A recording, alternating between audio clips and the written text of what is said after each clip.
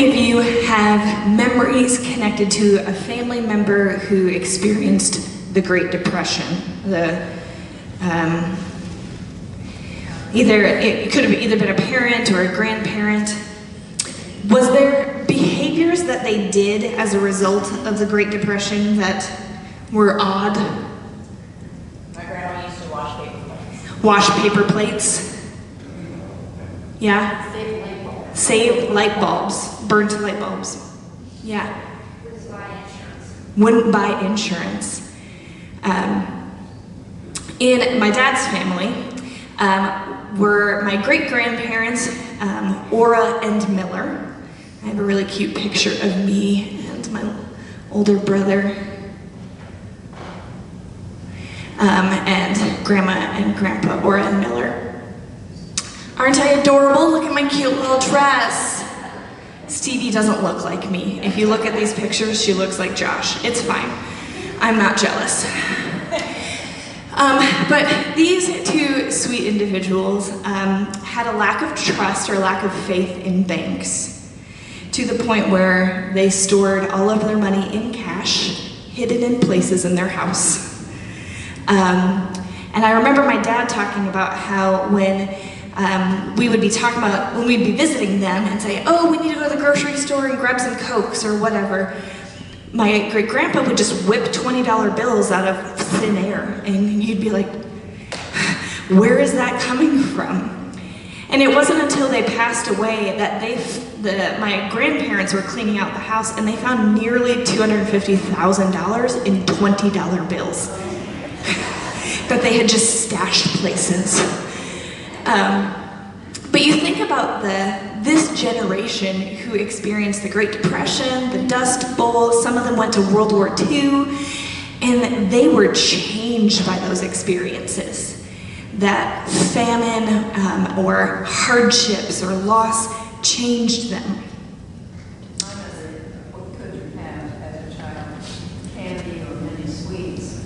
And boy, we remember her buying bags of cake. Her Literman, I think. Yes.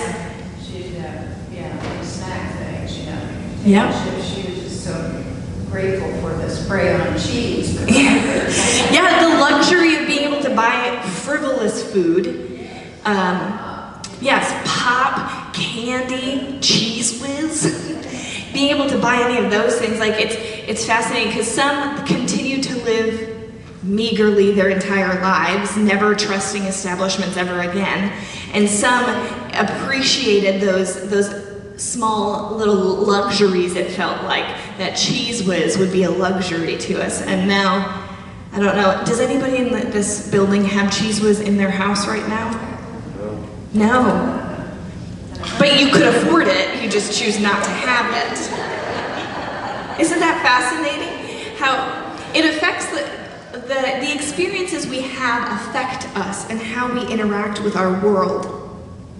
That generation, some of them ended up continuing to have a lack of trust in establishments for the rest of their lives, which we see kind of reasonably, maybe never using banks ever again or not buying insurance. And others looked to find ways to reform or celebrated coming back on the other side of it and being able to survive. I read a statistic somewhere that one of the businesses that survived the Great Depression were places like ice cream shops. Because when people had the chance to have a little reprieve from the sadness, it was a scoop of ice cream that was that little treat seemed worth it and everything. But last week we talked about hospitality from the perspective of not being an HOA manager and instead releasing the gospel to its full potential and being hospitable in the process. And today I want us to continue the conversation about hospitality from the perspective of both famine and surplus, recognizing how hunger can change you, but also how surplus or excess can change you as well. I invite you to join with me in turning to Hebrews chapter 13. We're going to look at two different portions of chapter 13, but we're going to read them all as one. I'll be reading from the Common English Bible, but whether you read from the screen or what's in front of you, all of those are good as well. So starting in verse 1.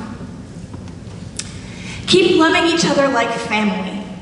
Don't neglect to open your homes to guests, because by doing this, some have been hosts to angels without knowing it. Remember prisoners as if you were in prison with them, and people who are mistreated as if you were in their place. Marriage must be honored in every respect, with no cheating on relationship, because God will judge the sexually immoral person and the person who commits adultery. Your way of life should be free from the love of money, and you should be content with what you have. After all, he has said, I will never leave you or abandon you.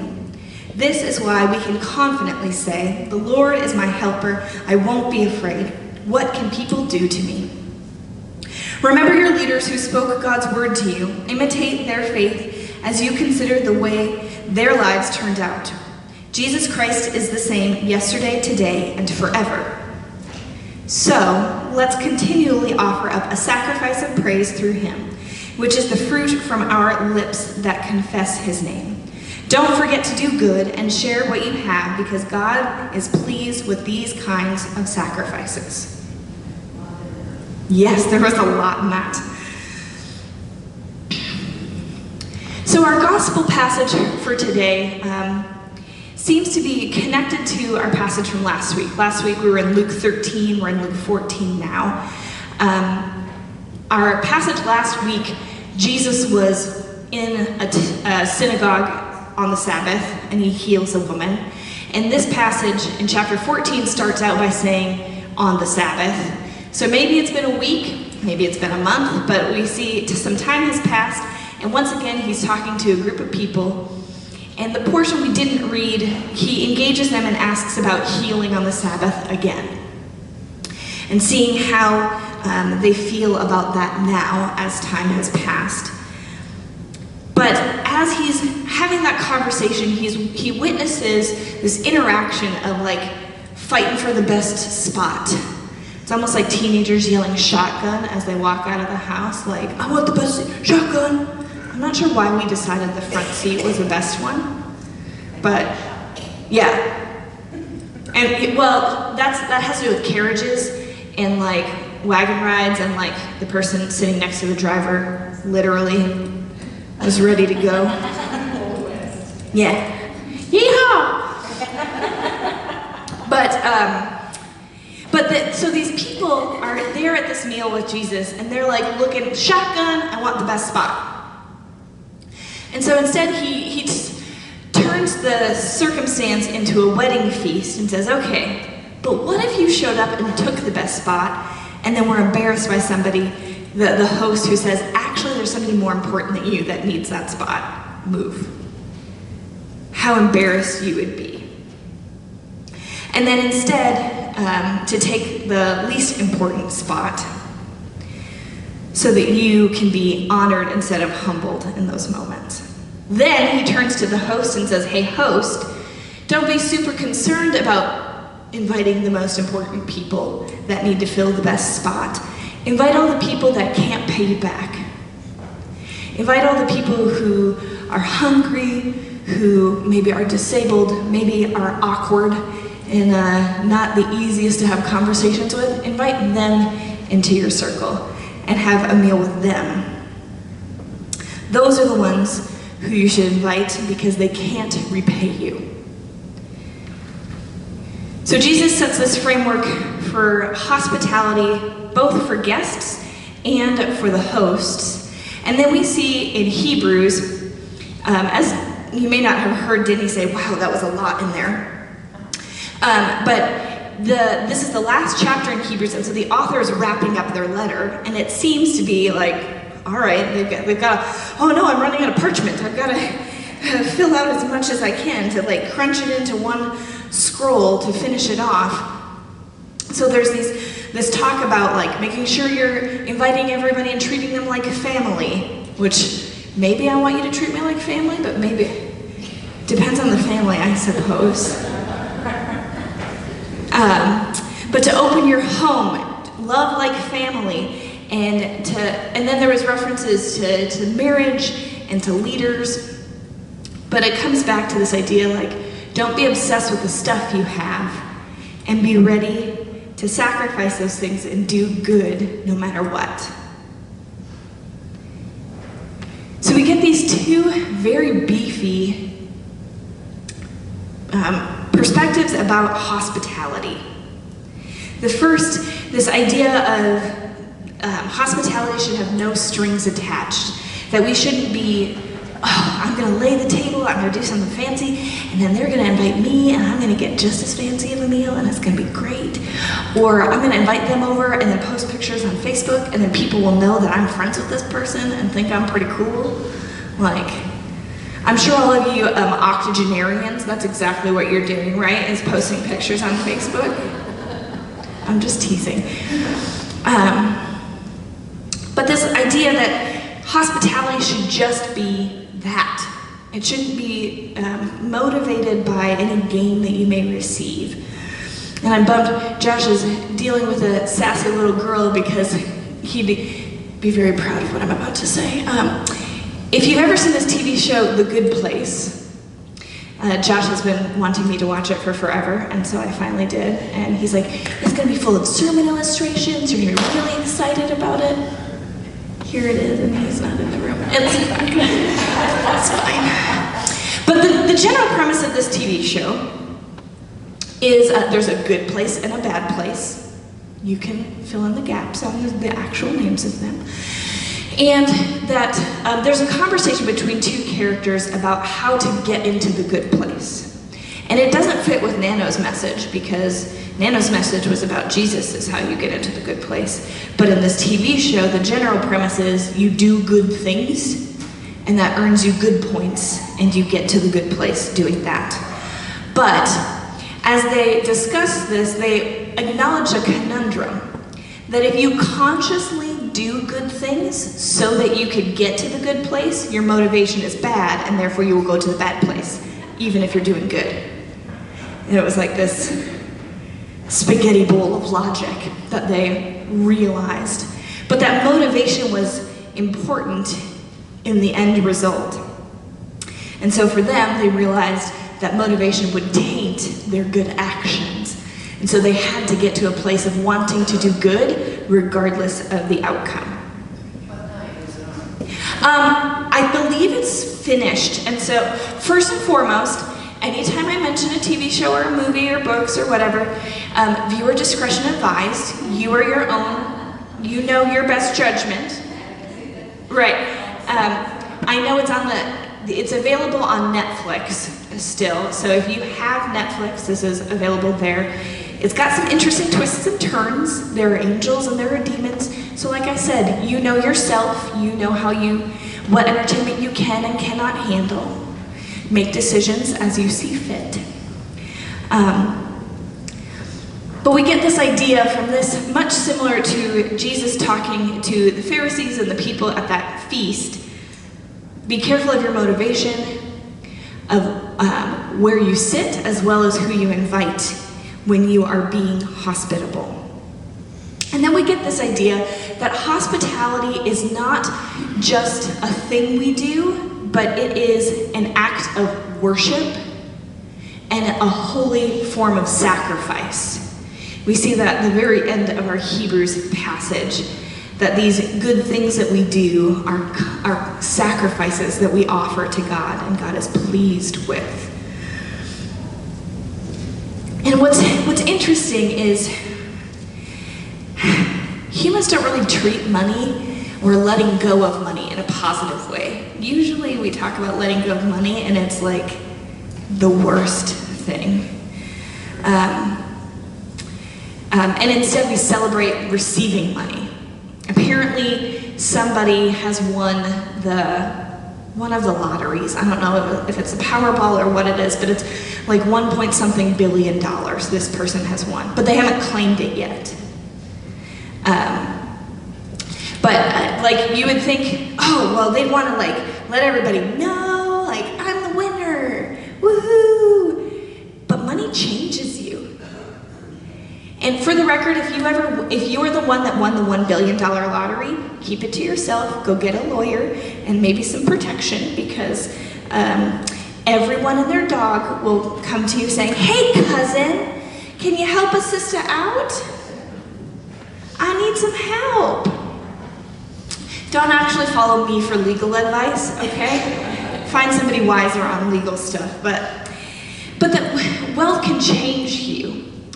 And there's a conversation in the pastor circles about how one of the most catastrophic things that can happen for a church is a church receiving a giant lump sum of money. Because people will fight over what to do with it.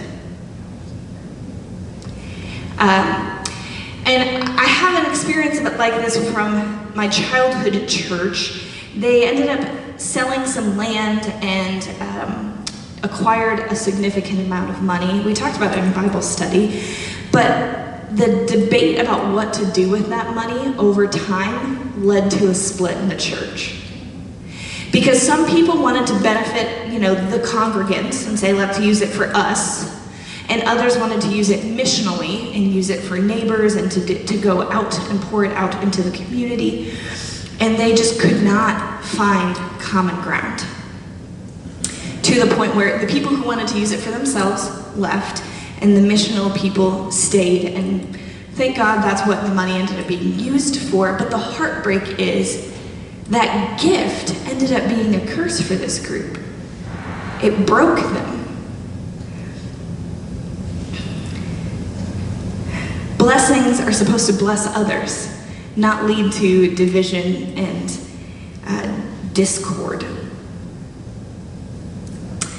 Both Jesus and the author of Hebrews want us to be hospitable and not be crippled by the weight of wealth, possessions, power, or even our pride.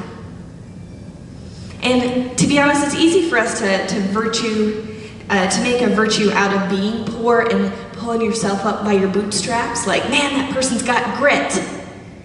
To the point where sometimes people are like, oh, we don't want to give them a handout. They'll do better if they pull themselves up on their own.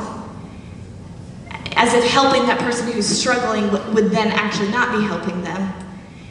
But sometimes I think we use that as a defense to just keep our stuff ours and not let go of it. I'll give it to you if I know you're going to not use it for this, this, or this. Yeah, we want to put conditions on it, and if we're going to help somebody, it should just be free. Free to give or free to care for them. Just like hospitality should come without conditions, our compassion and our giving to people should be similar. Handouts don't equal a lack of grit. It actually, we're so worried about how it's going to affect the other person and maybe they won't become better people. But the holding on to it will negatively affect us. The clinging to, it's almost like holding on to a security blanket. I'm going to hold on to this thing and I'll be safe and I'll be fine. Yes, like Linus from the Peanuts. I've got my blanket, I'll be fine. Now, once again, I am not your legal advice, so I'm not telling you to get rid of insurance or, stop paying bills or things like that. But what instead I'm talking about is this idea, this mindset of holding on to and clinging to the things that we have to the point where we're not ready or receptive to care for other people. Or that if we do invite people into our homes, it's the important ones, the ones that can scratch our backs after we scratch theirs. And you say, well, I never do this. And the struggle is that churches can be exactly those people. And we're preparing ourselves to go into a business meeting and to talk about money and budgets and plans and blah, blah, blah. But I've known of churches who hesitated to put money into a ministry account unless that led to a result. Oh, we can do outreach, but I would expect to see some people show up in the church out of gratitude for all that we've benevolently done for them. There should be more butts in the pews after we've done something good, because that's our pat on the back as a church, right? But sometimes churches have a tough time being willing to do those things or spend those things if they don't see the end result. And an unpopular opinion would be that churches shouldn't do VBSs or missional outreach if your hope is that you will get more people into your congregation.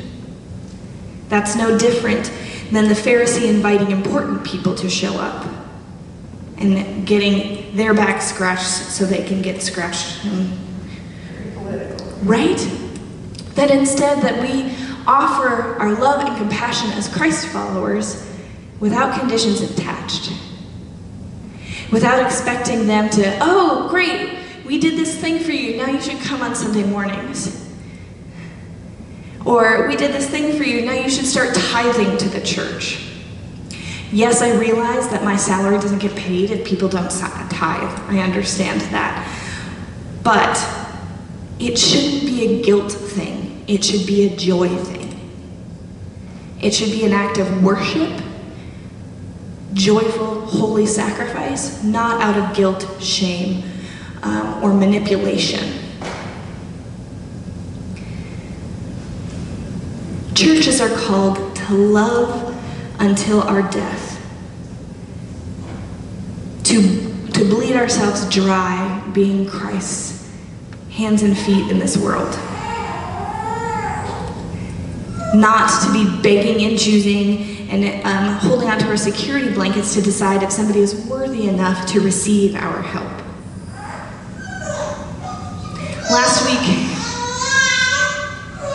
Last week we talked about letting go of control of the gospel. That we weren't going to manage who's worthy or not to come in, or who's worthy or not to receive our hospitality. And today I ask us to let go of our results. That we will be hospitable regardless of the outcome. That we will be faithful in our surplus, knowing that we may never get that return. The greatest generation, isn't that a great name for a generation? Like, hi, I'm a millennial. That's my generation's name. And then there's the greatest generation. They suffered and experienced tragedy, and it changed them. Some, it changed them in this beautiful way. You saw them be transformed and realize what they can offer when they have nothing. I would love to see that fire lit inside of us as well. I went on a mission trip to South Africa when I was in college, and we served in this township. And townships are usually outside of one of their metropolises, and that's where the poorest of the poor live. And usually their houses are made out of scrap wood, scrap metal, cardboard, dirt floors, kind of a thing. But what was fascinating when we went there, I had my teenage brother with me at the time, and when he came back, he was like, you know what? They were more joyful than I am. They had dirt floors and cardboard boxes for cupboards, and they were excited to welcome me into their home. They had what I would call nothing, and they were ready to be hospitable. And you realize that hospitality doesn't require us to have excess. It requires us to have a heart that's open. And I worked with a migrant and started the same thing. They were so joyful to welcome us. And no matter the living conditions. And they had a lot of fly traps. They wanted us, they gave us food, and we were taught to accept it. Yeah, yes. Denny was talking about being invited, serving as a... I don't think they have the camps anymore, they're called camps. Yeah, the camps for migrant workers, and that if they invited you into their home, you accepted their hospitality. Like that was an important thing to do. yeah, if they gave you food or something that you accepted, you didn't want to humiliate them by not accepting that. They appreciate it. Yeah. Helping their children. Yeah, that it was the thing that they could give back. And it's humbling to think about that because Josh and I have recently moved into a home with my parents, and I keep thinking, oh, we'll have a little gathering for church, but I need to unpack things. I need to make sure it's clean and ready, and it has to be just perfect before anybody sees it.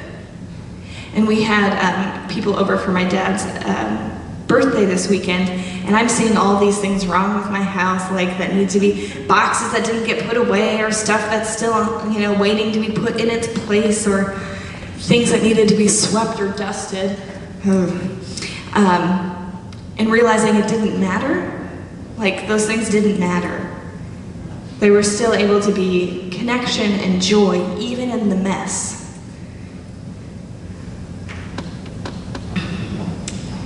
It doesn't take a lot of stuff to be hospitable. It takes us opening our hearts and releasing the results. Letting go of security blankets or maybe a need for self-preservation. And instead having an attitude of our happy dollars. That our blessings would become a blessing to somebody else. And as you ponder this week, I encourage you to ponder how we could utilize the attitude or concept of our happy dollar in our daily lives.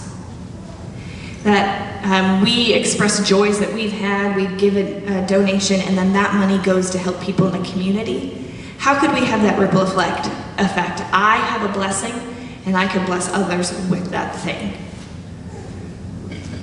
How could we use happy dollars in our everyday lives?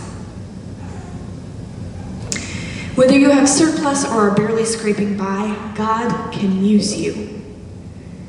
Our faith isn't stored up in our bank accounts, but our faith is stored up in the one who gives life to all. Let's join together in prayer. God, we thank you not only for the gift of life, but for your provision. We thank you for the ability to wake up each day and the opportunities that you present to us as we continue to have your breath in our lungs. Help us to be open to possibilities. Help us to see the places where we can be hospitable, that our hands and feet can love like Jesus. In your name we pray. Amen. I invite you to close with me as we sing our closing benediction. I invite you to join hands with your neighbors as you are comfortable.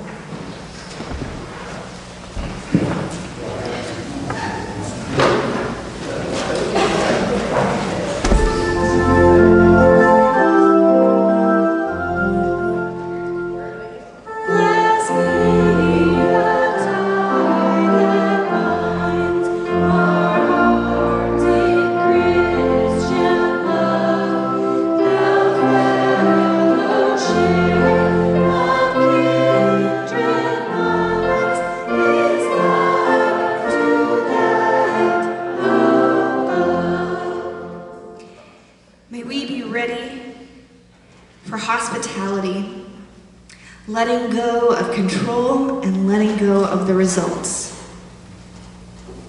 May our actions be a heart of worship, not out of guilt. In your name we pray. Amen. Thank you for